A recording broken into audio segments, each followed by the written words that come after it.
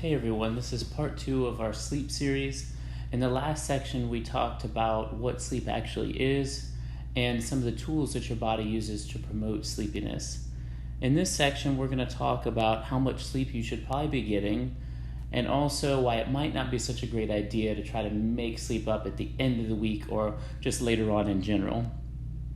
So I like how this chart here, and this is the latest update from the National Sleep Association, and it kind of illustrates how this range of sleep really changes as we go throughout different ages.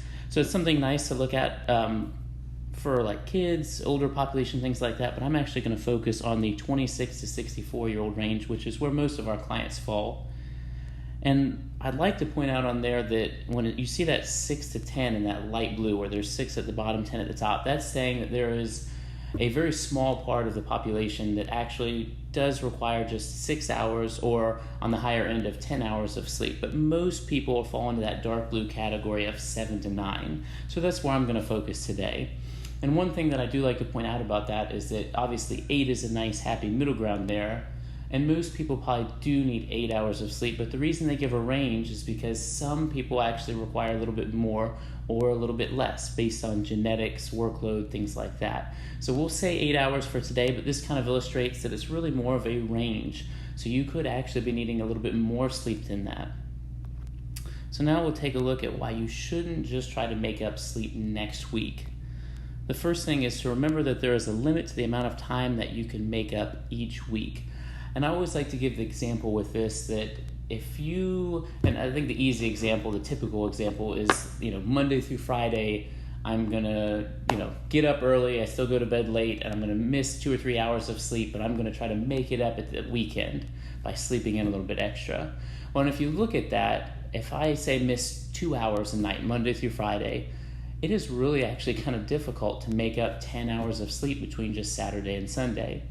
Say I normally get up at 7 o'clock, that means I have to try to sleep in until 12 o'clock.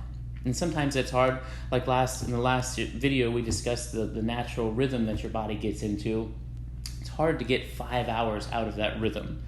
It's very, very akin to trying to have something where you're going across country in different time zones and then trying to come back really quickly. So you want to make sure that you actually have enough time to do it. The second thing would be that you can't take away side effects that have already occurred. So in some of the videos that we'll be getting into later, we are going to talk about some of these short and long-term side effects of not getting a good enough quality sleep or not getting enough sleep in general. And one of those things you'll see in the short term is your efficiency from day to day. And I'll give the example of going throughout your workday. You're not going to be as efficient if you're not getting good enough sleep. Now, I think everybody's kind of experienced that day where they just didn't get enough sleep or they got restless sleep and then they're just not the same. They've got kind of a brain fog all day and they're just not working very efficiently. Well, you can't make that up on the weekend. So you want to make sure that you're kind of spreading things out a little bit better than that because it's going to affect your day-to-day life even if you get close to making up the amount of time on the weekend. The next thing would be that it disrupts the circadian rhythm and the sleep pressure.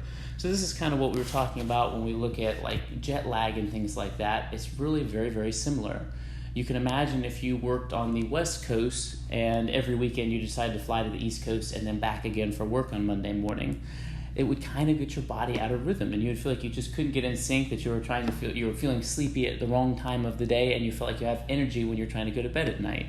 And so that's one thing I always like to mention is getting your body too far out of rhythm. It will never be perfect.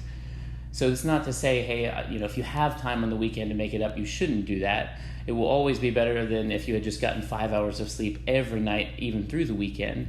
But you want to make sure that you're at least making an effort to try to spread out the amount of time throughout the week and not just the weekend so that your body is in a good rhythm. So how do we fix that? Well, one thing we can do is front end rather than back end. So basically this means you're trying to go to bed earlier rather than getting up later. And I know this is kind of easier said than done, but sometimes just slowly incrementing towards that goal works really, really well. So I'll give an example. So instead of trying to stay up later or sleep in later on Saturday, Sunday, maybe try to go to bed a little bit earlier so that your wake up time on Saturday and Sunday is very, very similar, but you're still getting more sleep in. So my amount of sleep on the weekend still goes up, but I'm not changing what time I'm waking up, and you'll slowly kind of acclimate to that. and your body will naturally get extra sleep when it needs it, but not get so far out of rhythm.